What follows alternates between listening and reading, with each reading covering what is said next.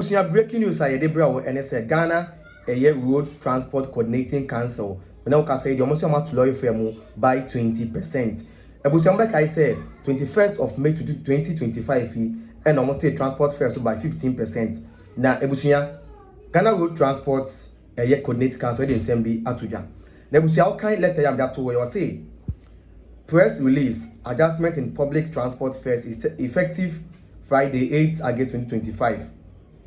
Or say in line with the administrative arrangement on public transport fares, the road transport operators have increased public transport by 20% to accommodate one for non-corresponding reduction in spare parts, goods and services after the reduction of transport fares by 15% on 21st of May 2025. Tomo say, Obaka say on the 21st of May 2025, last 2 months a tree wing and 3 months a tree wing. A buying some kutupa, shown by force of Monte, lawyer first, petrol and dollar alcohol. Omote suye prices of spare parts one conform, price of goods and services one conform. Ama in the Omokoto Niama, any spare parts, the any bonetino, sanity be or crana, or masansuatum, and nunti, number one. Number two, almost say to accommodate for the increase in operational costs after the introduction of 1 cedis per liter levy, about 8% increase in fuel costs. And to say, dum so levy and this every liter of fuel and a diesel, which you 1 cedi bia or so, out the percentage 8%, and also no natural sebusia kwako shemu ewo. Let us so me and san so much say to accommodate for the increase in maintenance costs as a result of the deplorable roads across the country. Tomuti say akwan fun akwantantan a ewo man ni mu a enye ban we na dwen say akwan na abada da ne ye no nto aso no eno nti se omo tuka na enche na for taba no makọ shop akwa maintenance eno nti no ka ho na kire se omo to lorry fare ni mu. Now I say the new fares take effect from Friday 8 August 2025. The fares cover the following types of road transport operations. Number one, taxi. Taxi, number one. Into taxi, bia uber, bia can be. Into offer taxi, and I was saying, so say Friday, Okafokana, Rabba catch to Massa, a 2 more. No one will say, Abai Papa, Abba, Amayato, lorry frame. Number two, trot. Until Friday, Okafokana make the catch to Madam. That's lorry frame 20%. Money no koko over enquire gidigidi. Uko gidi no dey boat dem we proud kwa. Cause wa to lorry fare mu. Na ban no so nim say atu lorry fare mu. The Friday uko na say ukoye gidigidi. No be that issue with him man. Don't come and complain to anyone. One open the daddy iron. Issue with him. It also me answer long distance. Cars no call long journey kuma say takwade temali wale wa bole bamboy one wine for no. Ebusuanfo and we are number 3. Enti ukofo na driver ni catch us ya tumu a na ko mistake no bo a bo free isan say aban no ati ase say on tumu na musika na amunya kakra na wo beto de na mamu be de no omo njin free mu nsam na kom enye den ende mo enti we number 3. Number 4 haulage wono so long way na ase busuya cars ankese pa no o say we kindly request all commercial transport operators, companies to comply with the new fares and post same at the loading terminals.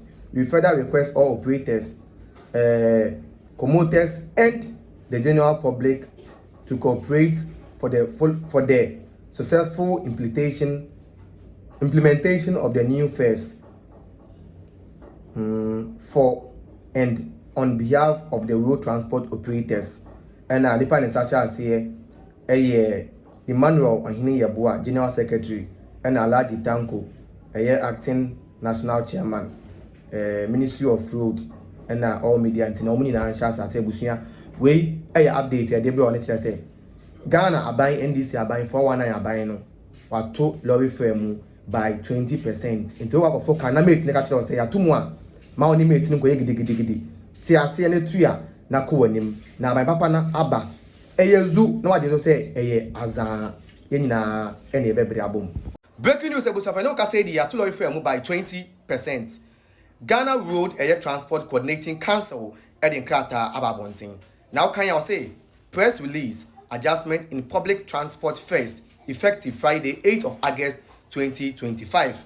Now okay ekwasia or say in line with the administrative arrangements on public transport fares, the road transport operators have increased public transport fares by 20% to accommodate one for the non-corresponding reduction in spare parts, goods and services after the reduction of transport fares by 15% on 21st of May 2025. So on the 21st of May 2025, a buying way share drivers for multi lorry fares by 15%. Then you almost $1 any air petrol alcohol. Me no say no.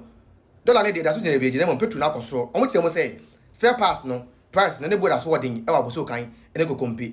Eno nti no number 1 a omo to lorry fare anymore. Number 2, almost say to accommodate for the increase in operational cost after the introduction of 1 cedi per litre levy, that is about 8% tax on every fuel, 1% fuel on beto bi. Attention, so much them say NDC dum so levy or dia buyer or say okoto petrol 1 litre bi at 1 cedi so no. Omo dey call percentage na omo bubu ma chiche mu no nwotwe 8% eno e kan wonti omo to lorry fare mu afin so omo say to accommodate for the increase in maintenance costs as a result of the deplorable roads across the country.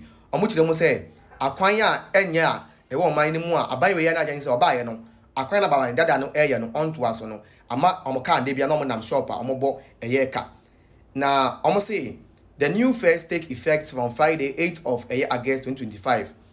The fares cover the following types of road transport operations. They can air taxi, tosu menu air truck, tosu miensa, car call long distance, and no cars and kesi no nyina. Almost say drivers for any commercial transport operators ne say.